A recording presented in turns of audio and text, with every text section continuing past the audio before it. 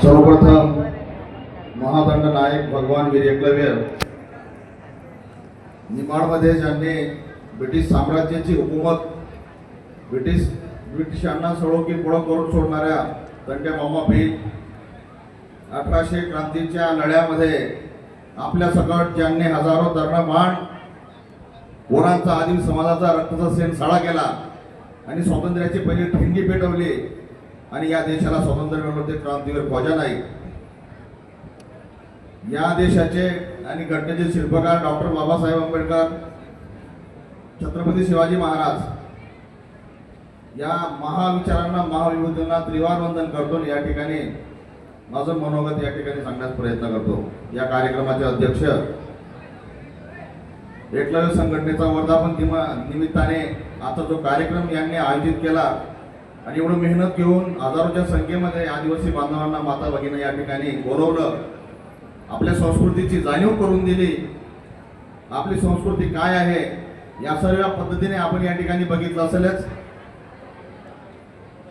ते आमचे मार्गदर्शक, एकलव्य संघटनेचे संस्थापक अध्यक्ष पवनराजे सोनवणे,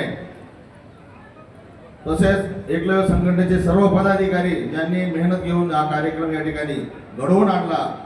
माझे सोबती सहकारी अशोक भाऊ सोनवणे, रवी भाऊ, शुभांगी, या मंचावर उपस्थित सर्व मान्यवर आणि या नगरीचे प्रथम महिला नगराध्यक्ष साधनाताई आणि ज्यांचा आवर्जून प्रत्येक भाषणामध्ये आपण नाव घेत आहोत, प्रतिभाताई नगराध्यक्ष,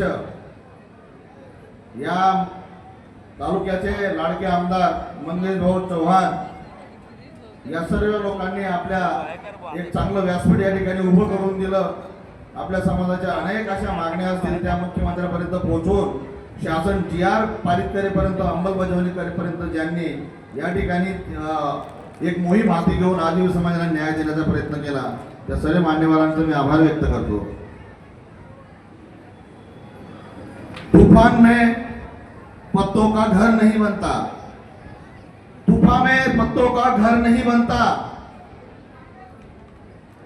रोने से बिगड़ा मुकद्दर नहीं बनता, तूफान में पत्तों का घर नहीं बनता।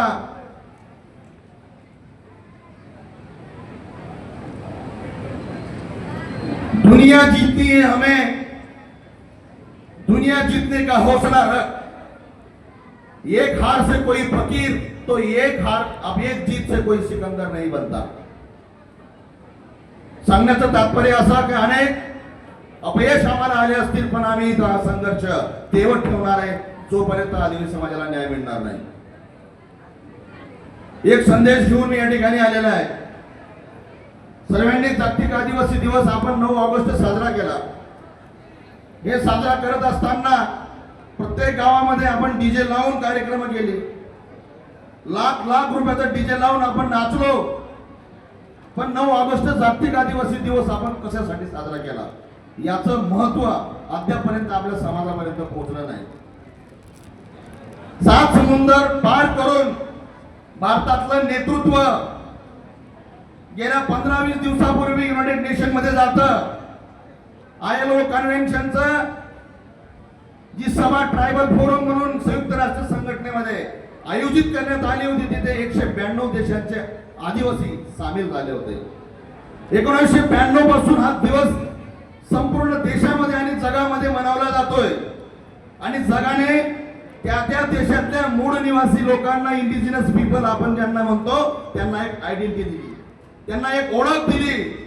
दुर्दैव भारतातले प्रतिनिधी जे होते त्यांनी सांगितलं की भारतामध्ये आदिवासी नाहीये, इंडिजिनस पीपल ज्यांना म्हणतो इंडिजिनस पीपल नाही आहेत, अनुसूचित जमाती आहेत त्यांना आपण ट्रायबल म्हणतो, ते आदिवासी नाही आहेत अशी घोषणा करण्यात आली।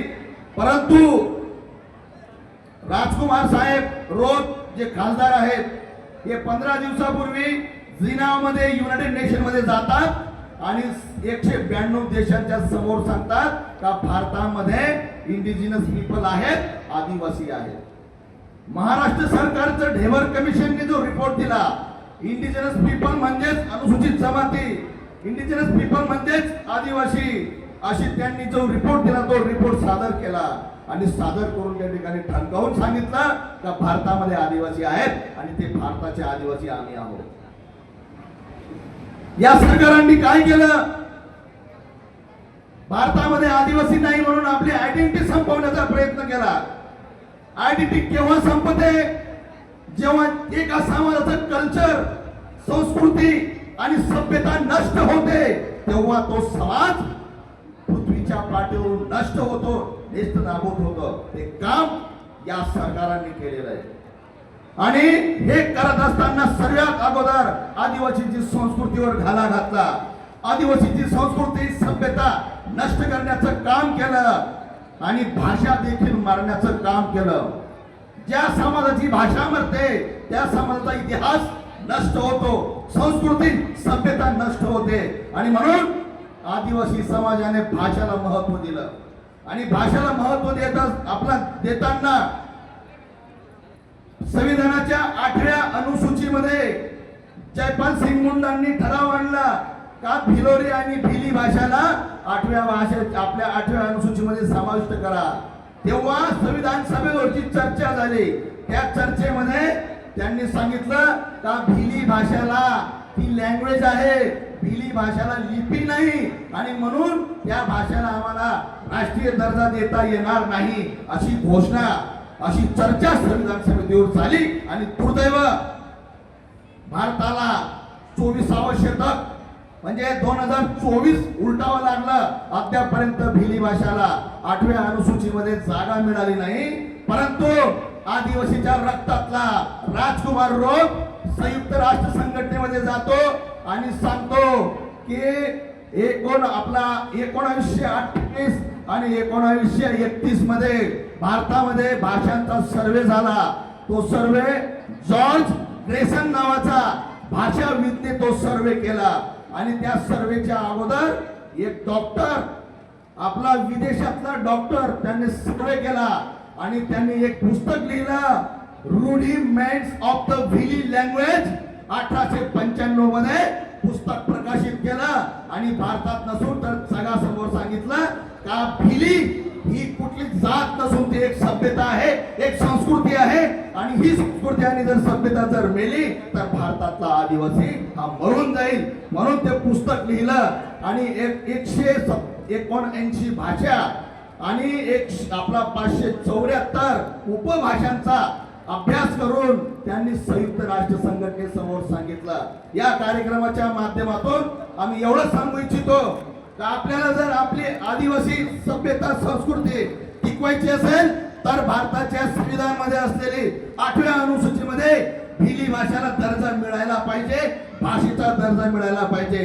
भिली भाषेला जर दर्जा मिळाला प्रायमरी एज्युकेशन भिली भाषेमध्ये दिलं जाईल आणि माझा भिल्ल समाजाचा व्यक्ती त्याची भाषा ही अमर राहील आणि आपली संस्कृती आपल्याला टिकवता येईल. एवढंच बोलतो. पुनश्या हा कार्यक्रम ज्यांनी या ठिकाणी आयोजित केला त्यांचा आम्ही मनपूर्वक आभार व्यक्त करतो. त्यांनी आम्हाला या ठिकाणी बोलण्याची संधी दिली आणि या ठिकाणी मनोगत व्यक्त करण्याची देखील संधी दिली. येणाऱ्या दिवसामध्ये तमाम महाराष्ट्रातल्या आदिवासींना संघटित करून एका मंचाखाली पवनराजे यांच्या सोनवणे यांच्या नेतृत्वात महाराष्ट्राच्या विधानसभा